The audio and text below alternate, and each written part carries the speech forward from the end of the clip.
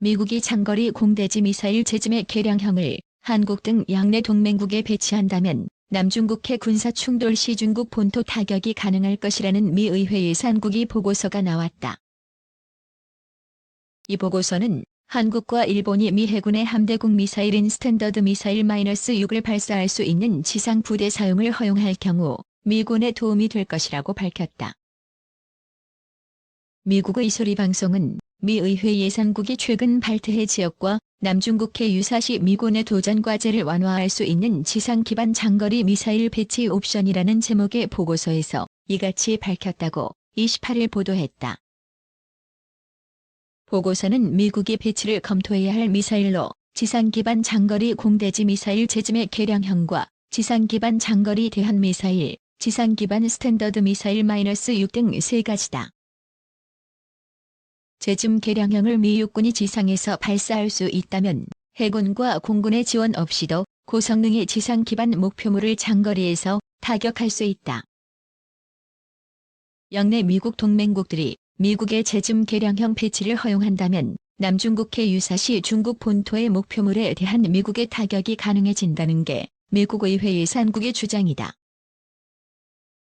특히 보고서는 한국의 제즘 개량형 미사일을 배치한다면 중국 북부 대부분이 사거리에 놓일 것이라고 분석했다. 제즘의 사거리는 370km인데 반해 제즘 이하의 사거리는 약 1000km다. 외부 형상은 동일하지만 내부 연료 탱크에서 차이가 있고 더 효율 높은 터보팬 엔진을 탑재한다. 제즘은 터보제트 엔진이 장착돼 있다. 외형은 타우러스 KEPD-300과 유사하다. 두 미사일 모두 길이 4.26m, 통체폭 55cm, 높이 45cm이며 날개 너비 2.7m다. 무게는 1023kg이다. 원형 공산 오차 3m로 정확도가 매우 높다. 미국 록히드 마틴사가 제작한 제즘 장거리 공대지 미사일. 지상 기반 장거리 대한 미사일은 미 지상군의 스텔스 성능을 지닌 대함 순항 미사일을 제공함으로써 장거리에서 함정을 공격할 수 있다고 보고서는 밝혔다. 특히 남중국해 유사시 미국이 중국 함선에 대한 봉쇄를 결정할 경우 도움이 될 것으로 내다봤다. 보고서는 중국 함선이 북미로 향하는 북부 노선을 거칠 경우 이 노선은 미국이 일본, 한국, 대만과 맺은 생계 조약을 모두 우회한다면서 이 경우 지상 기반 장거리 대한 미사일의 사거리가 중국 함선을 위협할 수 있다는 점에서 유용할 것이라고 지적했다. 또 이 지역에서 미국은 주변 해역에 전력을 공급할 수 있는 기지들을 많이 갖고 있다고 덧붙였다. 세 번째인 지상 기반 스탠더드 미사일 -6은 남중국해 유사시 중국군의 이점들을 막아낼 수 있다고 분석했다. SM-6는 미 지상군에 해군의 지함대국 미사일을 제공함으로써 항공기와 순항미사일, 일부 단거리 탄도미사일을 장거리에서 파괴할 수 있게 할 것이라는 것이다. 타우러스, 시속 1000km로 목표물 접근 3km 상공서 적지와 벙커 수직으로 꿰뚫어 5, 4, 3, 2, 1. 스플래시, 굿히트, 굿히트. 12일 오후 서해 군산 앞바다에 있는 직도 사격장으로 날아간 국방색 물체가 컨테이너 위에 설치된 십자가 모양의 목표물을 명중시키자 큰 먼지가 일었다. 지난해 12월 22일 공군이 실전 배치한 독일산 장거리 공대지 미사일인 타우러스의 실사격 장면이다. 공군은 지난 3일 북한의 6차 핵실험 이후 북한 지역의 주요 목표물 정밀 타격 능력을 점검하기 위해 이날 한 발에 20억 원가량인 타우러스 미사일 실사격 훈련을 했다. 사격을 앞두고 대구 기지를 이륙한 F-15K 전투기의 조종사 이중령은 이내 기술을 서해로 틀어 충남 안면도 상공에 도착했다. 곧 이중령이 웨폰 어웨이라고 외쳤다. 타우러스 미사일을 정상적으로 발사했다는 뜻이다. 사거리 500km 이상의 타우러스 미사일은 일반 전투 상황 때 급박하게 발사하는 미사일과 달리 이륙 전 어디를 타격할지 목표물을 입력한 뒤 발사하는 방식이다. 이날도 그랬다. 이날 1500m 상공에서 발사된 타우러스는 하강해 고도 500m로 날다 방향을 틀며 L자 궤적을 그렸다.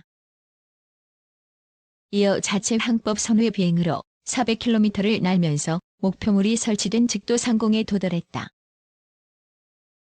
이후 3000m까지 급상승했다가 거의 수직으로 낙하했다. 평균 시속 1000km였다. 타우러스 미사일은 전방에 장착된 카메라가 찍은 영상을 보면서 최종 단계에서 목표 지점을 조종할 수 있는 기능도 있다.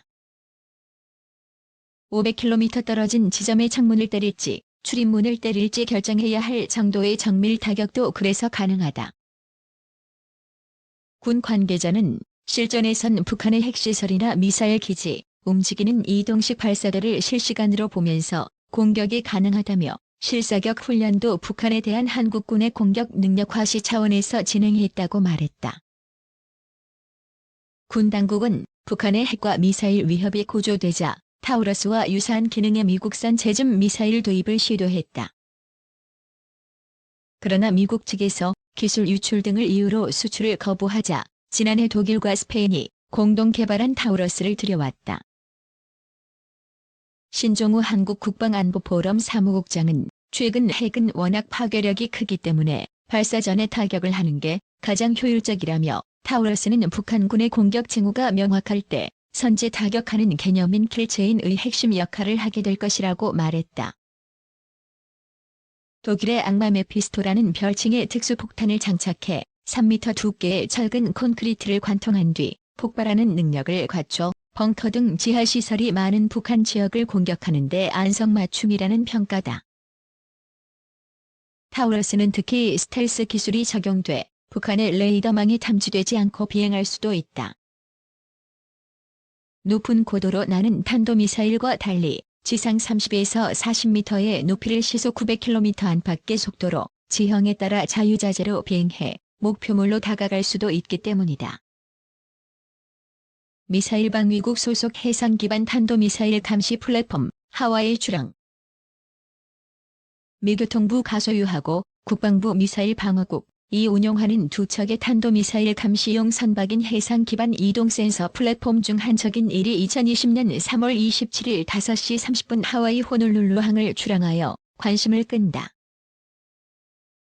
이 선박은 미국이 개발하는 탄도미사일을 추적하고 원격 측정이라는 임무를 수행하며 미 해상수송사령부 기준 준비 태세 ROSO 13을 적용받는 선박이다.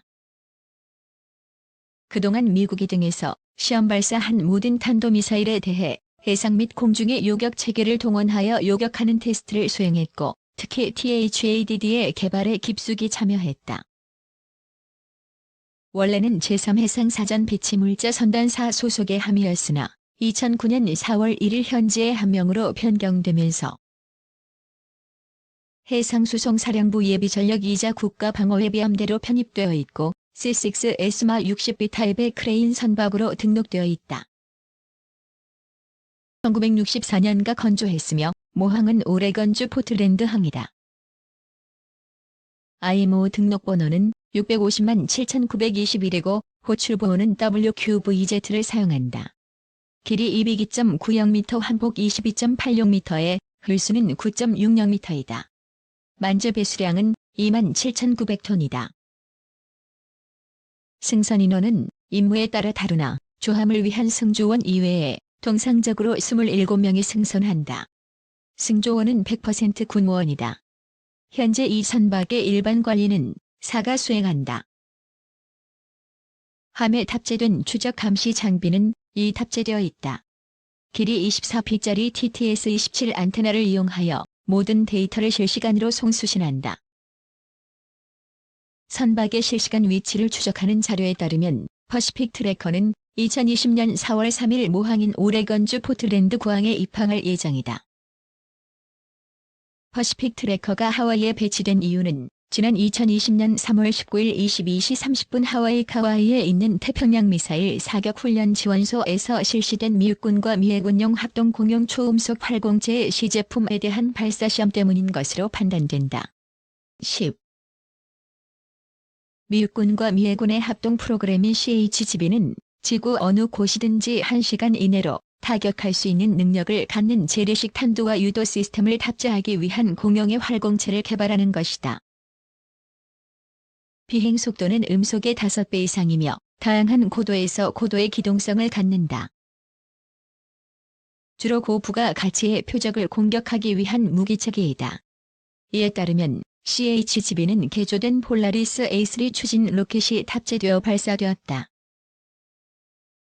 공개된 내용으로는 가하와이의 임무를 마치고 모항인 오레건주 포틀랜드 항으로 귀향하는 것이므로 미국이 공용 초음속 활공체를 개발하는 데 추적, 관측함을 동원했다는 정보 수준으로 마감할 수 있을 것 같다. 그러나 지난 2020년 3월 초부터 북한의 산음동 미사일 공장과 평북 철산군 동창리의 서해 위성 발사장에서 미묘한 변화가 감지되는 상황이 진행되고 있으므로 포틀랜드 항으로 가지 않고 중간에 방향을 돌릴 가능성도 있어 보인다.